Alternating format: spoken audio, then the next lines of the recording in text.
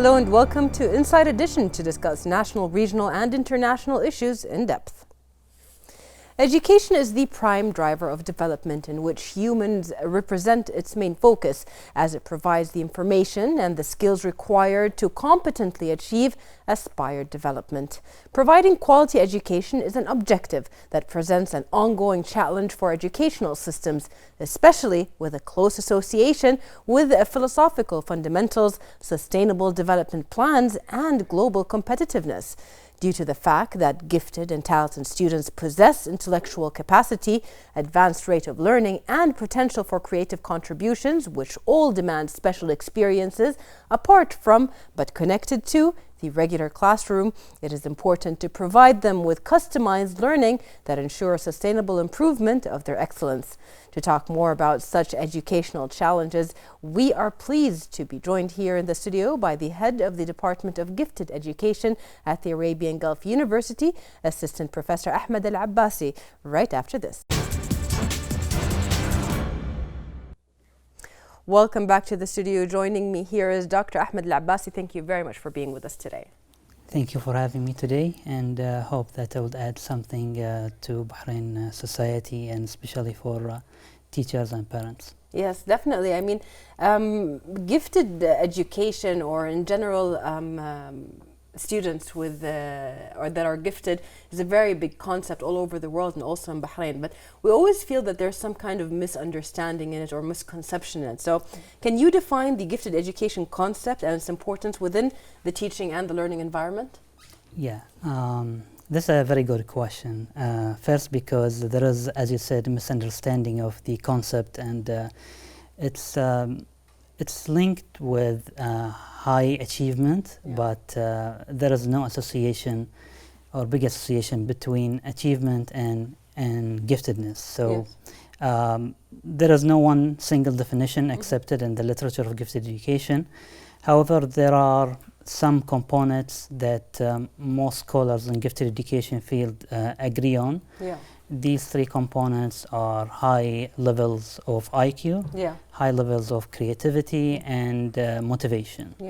So this is the first part of the answer. So there are many components within the construct of gifted education or giftedness. But there are other kinds of giftedness. There are different populations of gifted students.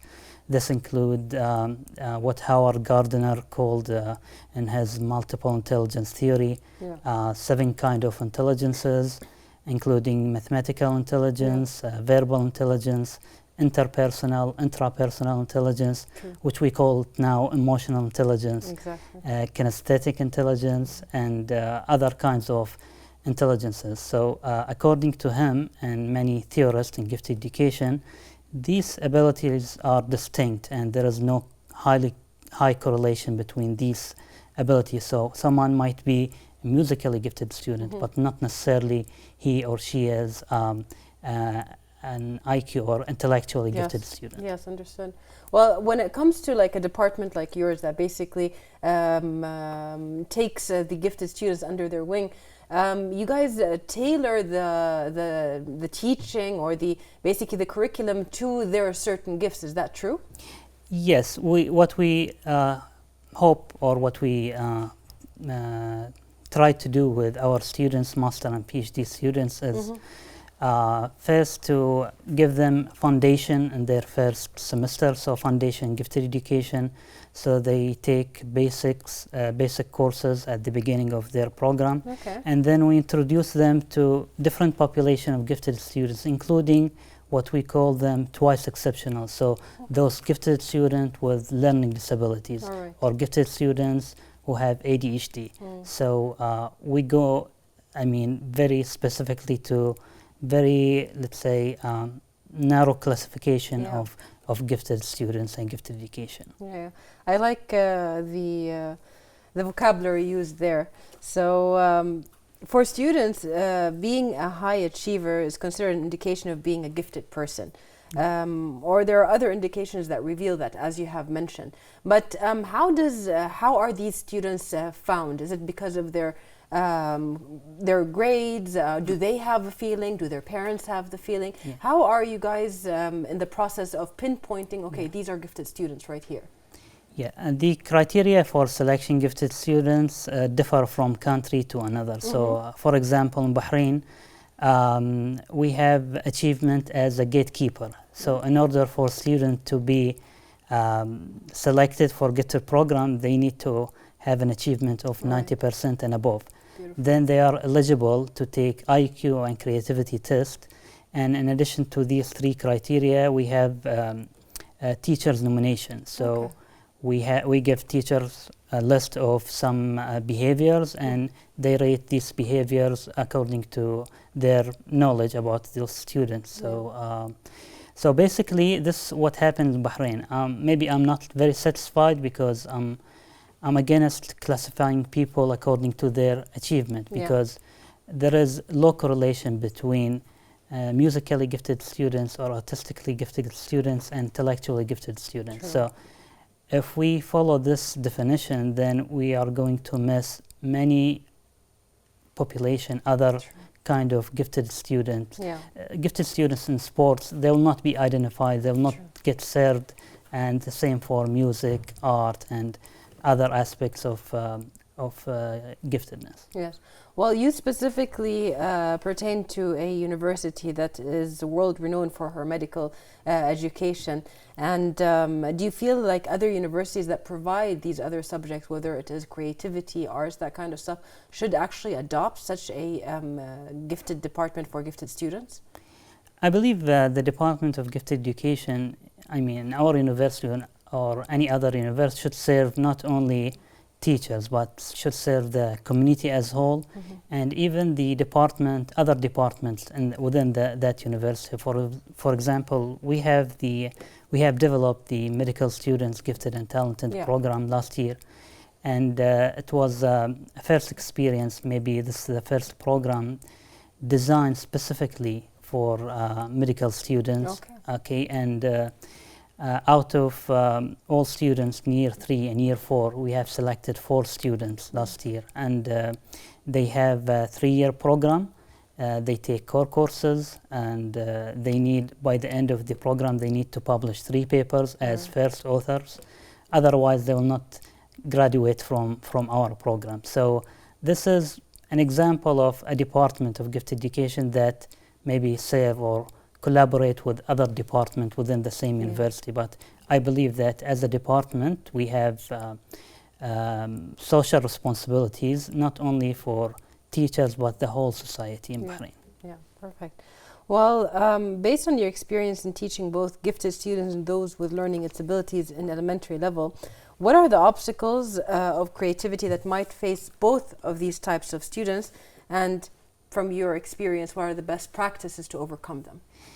Yeah, I would say that there are some commonalities, and they share some obstacles, but I would say that students with learning difficulties might have more obstacles comparing with gifted students.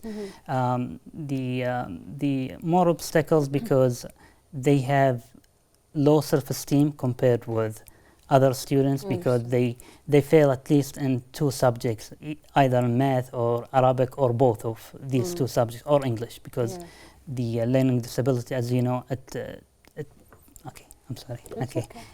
okay, so learning disabilities are in 2 main subjects, in language and in mathematics. So they have their own challenges, and they need more support from their teachers. They need to be motivated.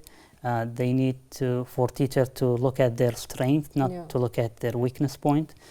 Regarding commonalities or what they share as obstacles for creativity, I think there are 2 or 4 factors here. We have the lack of time, lack of motivation, and lack of thinking skills. And we need to talk about the environment, the school environment as a whole. So regarding time, time is a key issue here, because for creativity it takes very long time to come with a new product. Sometimes it takes 70 years for someone to win a Nobel Award. So for creativity, you need to give students time and not overload them with homeworks and assignments.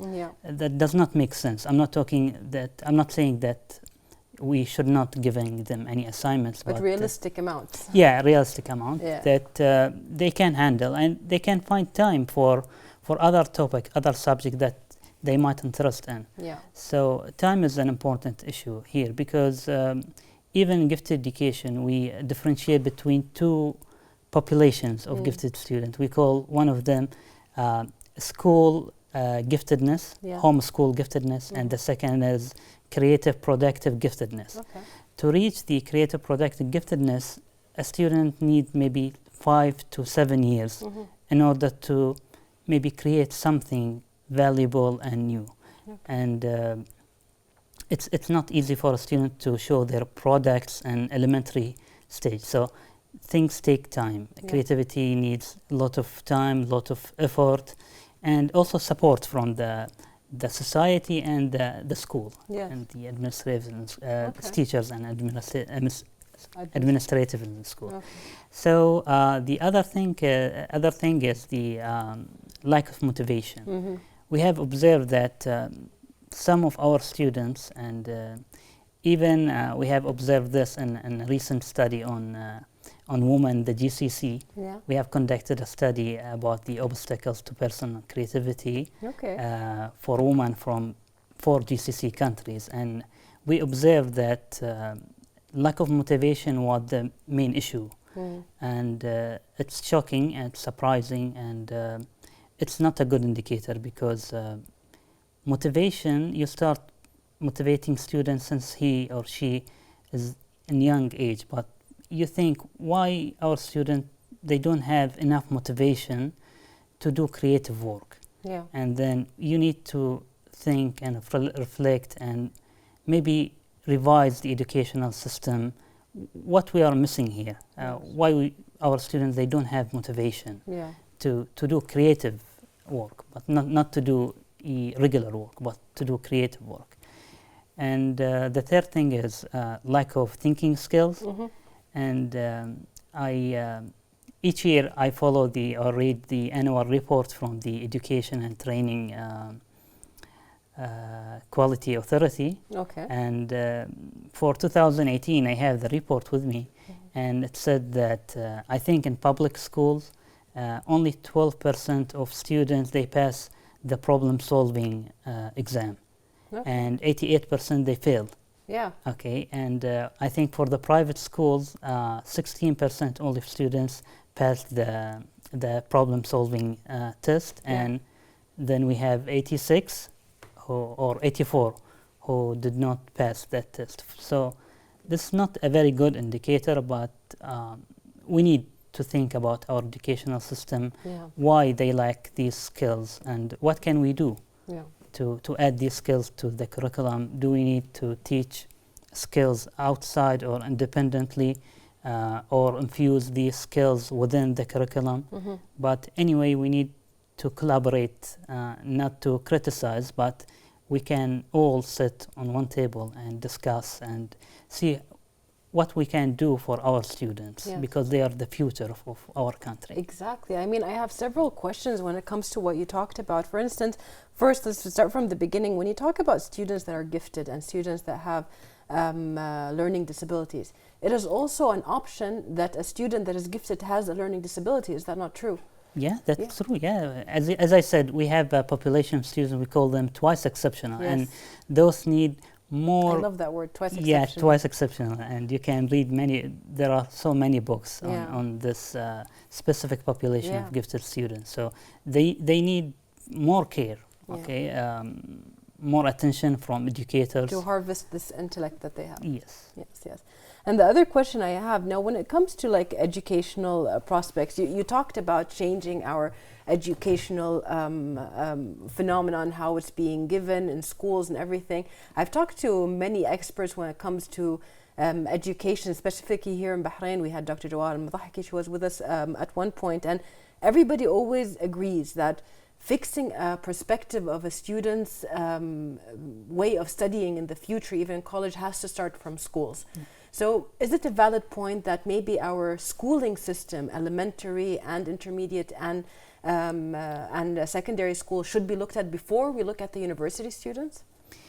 Yeah, maybe we need to think from even the kindergarten before we move to the university. We need to make sure that our students, they are enjoying the learning experience. And I have a recent experience. I went to the school for the open day for my kids. It was 2 years ago, and they were in KG. And the teacher asked me, told me that my son, he's not doing very good, and I was fine with that. I just asked her, is he enjoying the place? He enjoying learning? She said, yeah, he's enjoying. I said, that's enough for me. And then I give some example of gifted students who maybe they enrolled in schools when they were on 7 or 8 or 9 years old, and then they accomplish a lot of achievements in their life. So we need to go and make sure about all the three elements, the curriculum, the teacher, and the physical environment. So, but this will take time, but I'm optimistic that we have qualified people, qualified educators. We can overcome any obstacle, but we need to sit together maybe and discuss all the reasons and then see what we can do for our students. Perfect. We talked a little bit behind the scenes, and one thing that we talked about is sometimes gifted students show their gift within the practical components of applying it. So they like simulation, as you said, they like to be stimulated by either doing things with their hands and so on. And some, they have the gift of memorizing and stuff like that, but both sides are actually considered gifts. But do you have a way when it comes to specifically the medical students where you balance these two gifts? Yeah, I think that medical students, they need to be good at both, and analytical thinking and practical thinking. Okay, so according to Sternberg's human successful intelligence theory, he said that there are three main elements for anyone to be called gifted or talented student. He needs to have practical intelligence, analytical intelligence, and wisdom. Okay, so we need analytical thinking. I think we are doing good job. Our students, they learn how to do things, how to follow logic. To some extent, they are good and following logic and memorizing. They're in a good way. Yeah, in a good way, and the way that teacher expect them to perform. But how about wisdom and how about the practical intelligence? I think these two things that we need to work more on. Yes. Well, what are the components that you feel should be added to schools in order to help students to be more creative? Thinking skills. I would say thinking skills and values. I'm not talking about value is a very broad term, but I'm talking about value of learning. We want our students to understand why they should enjoy learning and what is the significance of knowing and possess knowledge and what this will add to the society. Because at the end, we help students to fulfill their potential and they reach the self-actualization level. But at the end, we want them to do good work for the society. At the end, all the effort should be for the good of society. So I think thinking skills, that's something we miss, and it is documented by the Education and Training Quality Authority, and just cultivating values of learning and what does it mean to learn and what does it mean to use the knowledge to create new knowledge, for the benefit of the society. Yes. Well, you talked about a minute ago, you talked about basically how students, a lot of them don't have the motivation. And a lot of times our educational system takes for granted that making the student feel accomplished actually is a form of motivation. It's not just about good grades or anything, but actually having that reward system. The reward doesn't have to be a grade, it can be acknowledgement and so on. And these are part of the motivations that nowadays we need. How can we change that? How can we really spread that awareness, that a sense of accomplishment and a sense of awareness or acknowledgement goes a very long way with students like this? Yes, I think what I was talking about is the internal motivation, not the external motivation. I think our educational system, let's say, reward, I'm sorry. Okay, our educational system maybe take care of the external motivation, but internal motivation is how you find or help students to find the area he or she wants to learn and might stay 24 hours without sleeping, without eating, working or reading on that specific subject. Yes, yes. That's the thing we need to, to work on, the but internal both of them motivation. Are interlinked. Yeah, both are interlinked. If I did something creative, I need to be awarded by the society, but at the same time, I need to be motivated to do that creative work. I'm not doing it because I'm waiting for something, but because I want to reach self-actualization level. Yes. Motivation is a very important component of any creative work or any even creative theory. Yes, right. And the people that help students reach their actualization level are teachers most of the time, especially because in educational institutions you have that one-on-one kind of interaction between students and teachers. So teachers have a central role in both identifying and educating gifted and talented students. What can you tell us about the role and how the teachers can be guided to perform it effectively? As I said, how do we spread awareness among our educational community to put more of an eye on students like that, even the ones with learning disabilities, because something can flourish? Yes. I think we have two things to do. First, to prepare specialized teacher to teach gifted and talented students. Yeah. And at the Arabian Gulf University, we are proud of graduating 81 educators from Bahrain. Some of them, they are working with gifted students on a daily basis, some of them in administrative works, but all their work in the field of gifted education. But we also need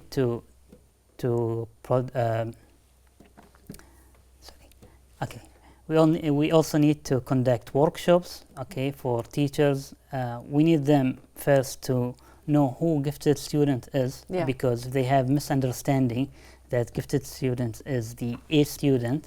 Then I think we're not adding something to the society, because achievement does not predict future achievements, or creative future achievements. Especially with environmental factors sometimes coming in between that can affect. The second thing teachers need to know is what they can do to enhance students' creative thinking abilities.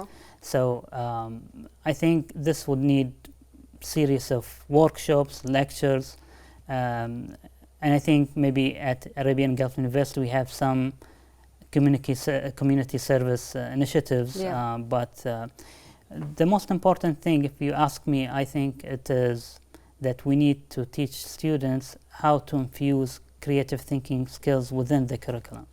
So for example, if we are giving a class on periodic table of elements, and then I ask students, I want you to come up with as much as you can of additional elements, maybe what's missing in this periodic table, and just try to go beyond traditional question, and there is only one right answer for one specific question. So it is important to help teacher to knowing how to infuse or add creative thinking skills in the curriculum.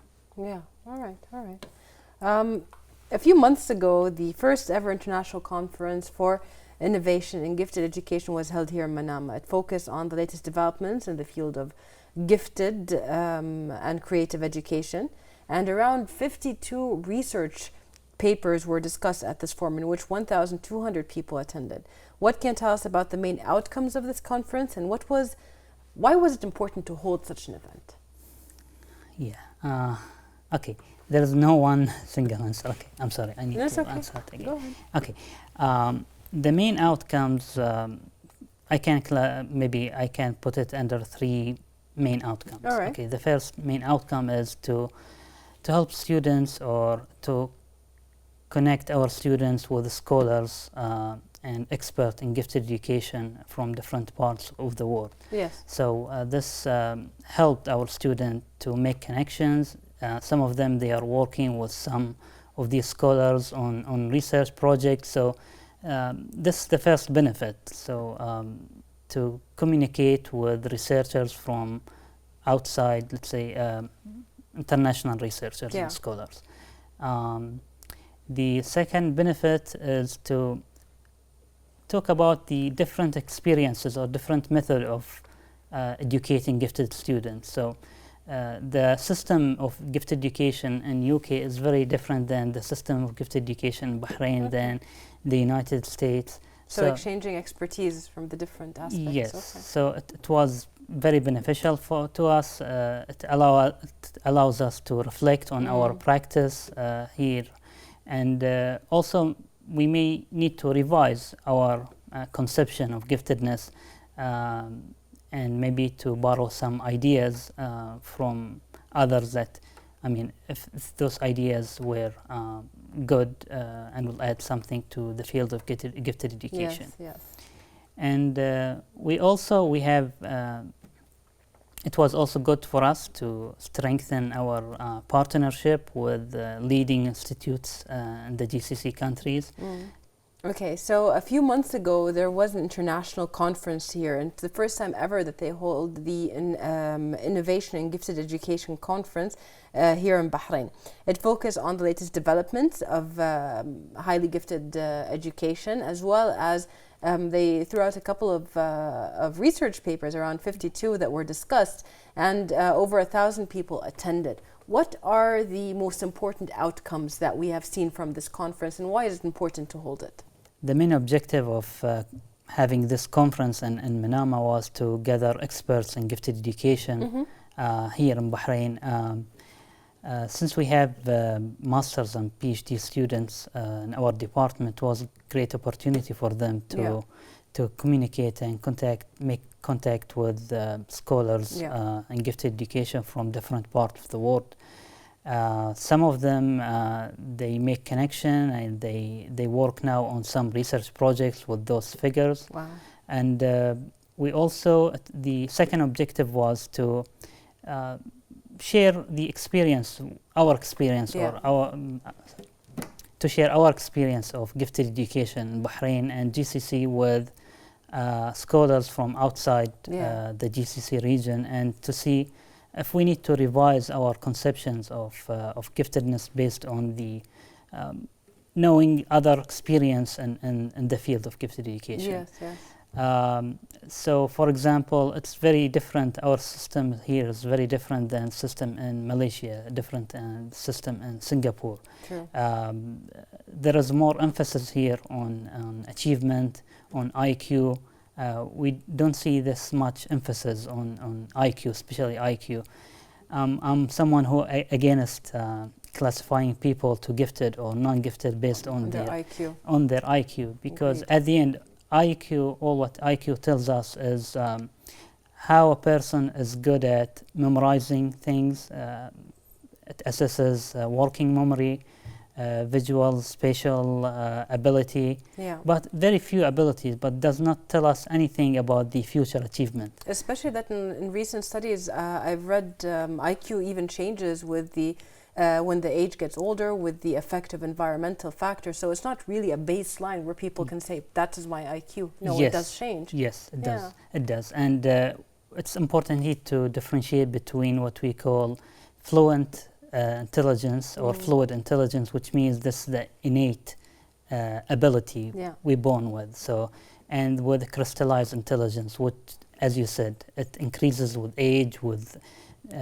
gaining more knowledge and experience. So again, IQ is important, but it's not the most important it's not a baseline criterion. Okay, and the third objective was we wanted those experts to look at our program, the Department of Gifted Education, and evaluate or give us some suggestions, because between time to time we revise our plan of study. So we wanted to make sure that our plan of study reflect the most recent changes in the field of gifted education. Do we need to add more subjects or more courses? Do we need to take one or two of the courses and replace them with other courses? So there were so many benefits of holding such a conference in Bahrain, and also it was good for us to strengthen our partnership with some of our partners in Saudi Arabia, Mawhiba. In the United Arab Emirates, we have Hamdan Award. So all these benefits are worth mentioning regarding your question about the main outcomes of the conference. Yes. These programs are programs, as we said, that will nourish the intellect, give them a feeling of accomplishment to the people that actually accomplish these kind of awards or do something for it. Over the course of history, so many figures have been very important to us when it comes to looking at their talents, but people didn't really look at them as having that much of an intelligence, or didn't really specify that they have the intelligence, except for years and years, either after their deaths or years after they have passed. Very simple example of what you mentioned, musical giftedness, is Beethoven. We also have people that have educational problems, like Einstein himself, as well as Jainash, that was a mathematician that was diagnosed, was on the spectrum, but really proved a lot of theories that we use until this day when it comes to engineering and so on. So again, just to emphasize on what you said, to basically harbor the intelligence that a student shows, how do we differentiate? How do we really know how to harvest this intellect from them? Yeah, it's good to realize that giftedness is not a positive thing, always a positive thing. There is some dark side of creativity, dark side of being gifted, because I know some parents who have gifted child, and they say, I spent 80% of my time with this kid, and I have 2 or 3 other kids, but he's taking all my time. So we need to realize that being gifted is a good thing. As a parent, to have a gifted child, it's a good thing, but you will have to face many other challenges comes with your son being a gifted student. So for those examples you mentioned, they all had high intellectual ability, mainly you said in mathematics and physics, Einstein, and music, we have Beethoven, and arts, we have Van Gogh. All of these show exceptional ability in their areas, but at the same time they had some psychological issues, some maybe physical issues.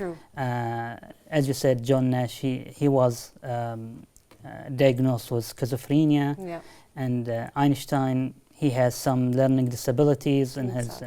But the good lesson is, if you don't see your child, he's performing very well in school.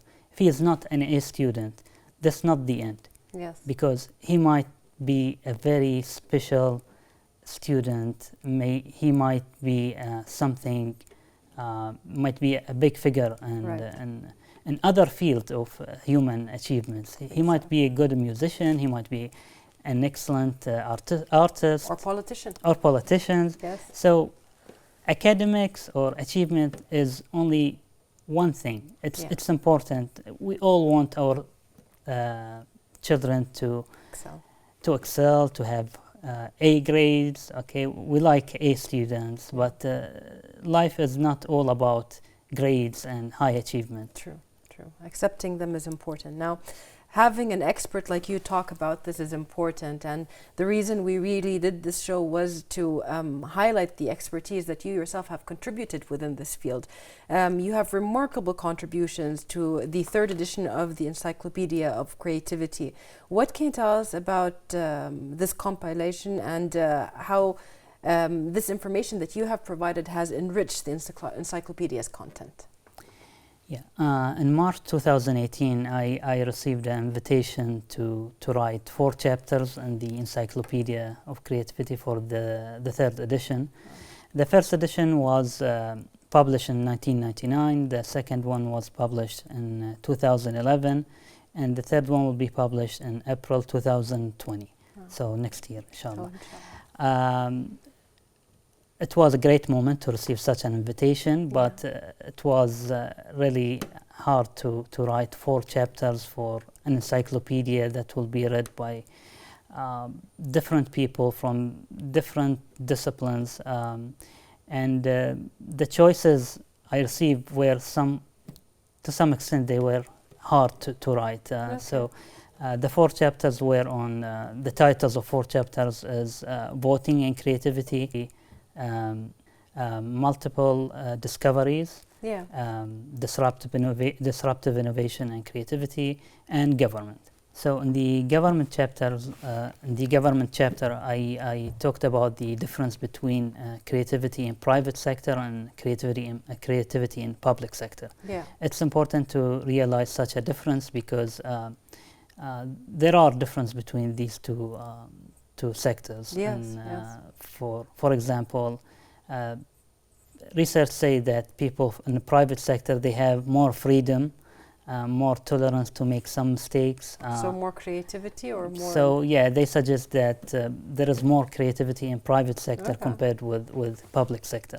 But most of these studies were conducted in Western countries, but we need studies to be conducted on our the GCC countries. It was important to talk about the role of K to 12 education and how, because we need to start supporting gifted students from, as I said earlier, from the kindergarten, and what educational system can do for our gifted students to support them, to help them.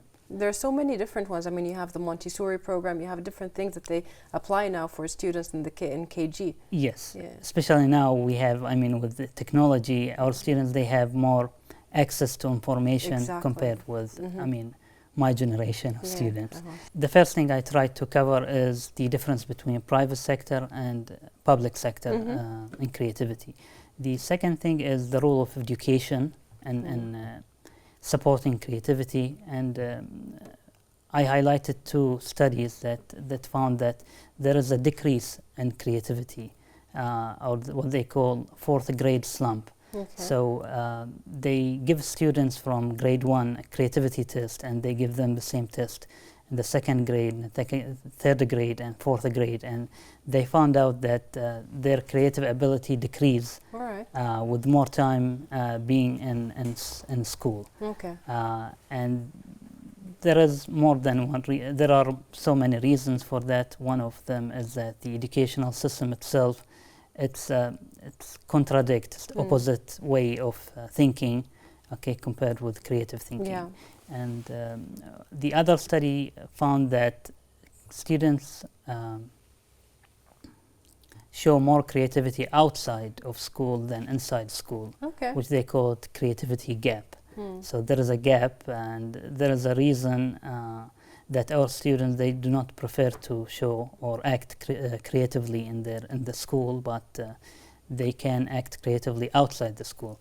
So this even the Western countries. And we need to think why, and there are so many reasons, but more research is needed in this area. Rules, uniformity. Yes. Those are the reasons.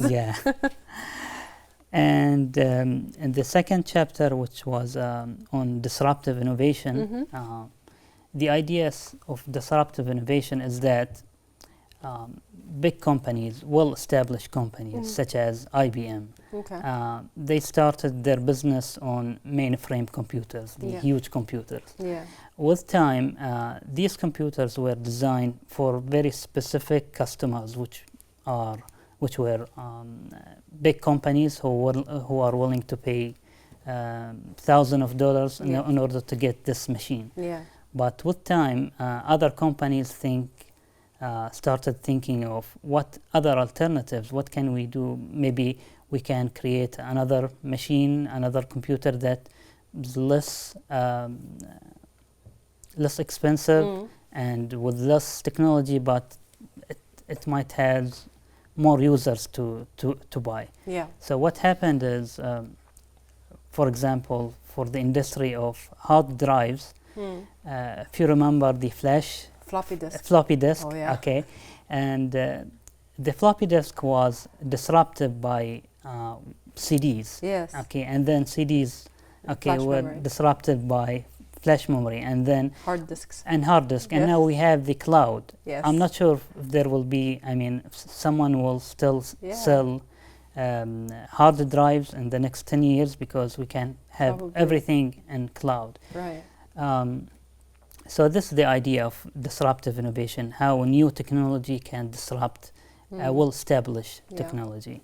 And I gave 3 examples. One is the online courses, because the notion of higher education changed with the entrance of online courses. Right. So I can now take online courses while I'm Bahrain. Okay, and they're accredited and they're everything. Yes, yes. Exactly. So this was the second chapter. The third chapter was about voting. Yeah. And how being a member of conservative or a liberal party can influence the creativity for the how it can influence creativity. So what research suggests is that there is a negative correlation or negative relationship between being creative and being a member in conservative party. Yes. And vice versa. Okay, so that makes sense. Yeah, because the characteristics of creative individual include openness to experience, flexibility, tolerance. These characteristics cannot be found maybe with some members of conservative parties. True. So it's more of a democratic process when it comes to that. Yes. So it was more. This chapter was more on politics than on social. Yes. Yeah. And the fourth chapter was on multiple discoveries. It's a phenomenon when 2 scientists or 2 group of researchers or more groups, they work on the same project and they come up with the discovery at the same time. All right. Example of multiple discoveries in mathematics include the discovery of calculus. What people know is that Newton discovered the calculus, but was another guy who was working, another scientist who was working on the same idea. But for a reason or another, we all know Newton now. Yeah. And other examples are the theory of natural selection. It was proposed by 2 scientists, by Darwin and by Wallace, but Darwin is known more than Wallace.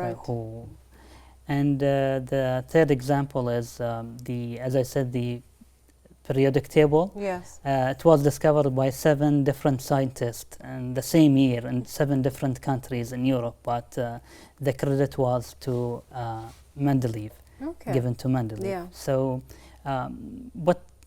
how we can explain such a phenomenon? Yeah. So this chapter discusses this phenomenon and the future, and especially now with communication between scientists, what do we see?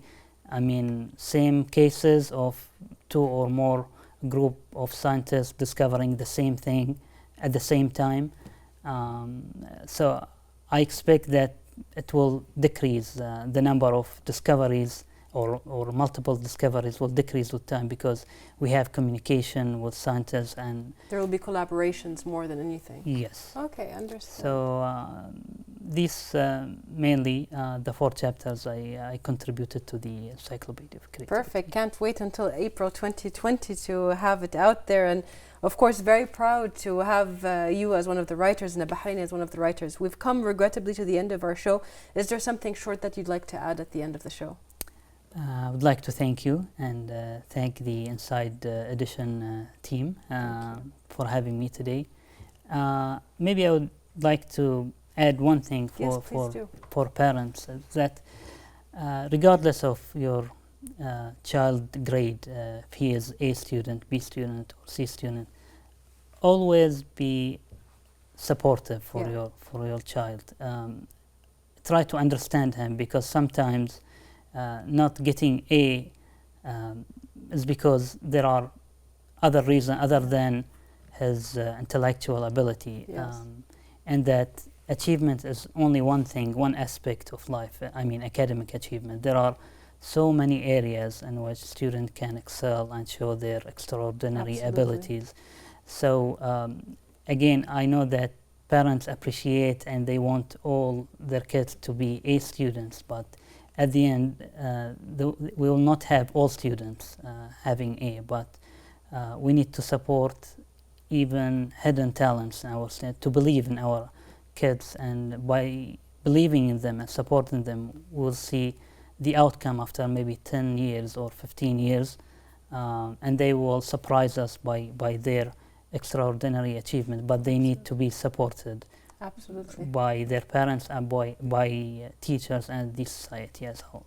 Absolutely. Thank you so much, Doctor, for giving us all this information that is very valuable to cherish. And people can learn more about what AGU is doing, specifically in the Department of Gifted Students, and learn more about it online. Thank you very much for being with us, Doctor, again. And we would like to thank you for watching us, and see you next week in another episode of Inside Edition.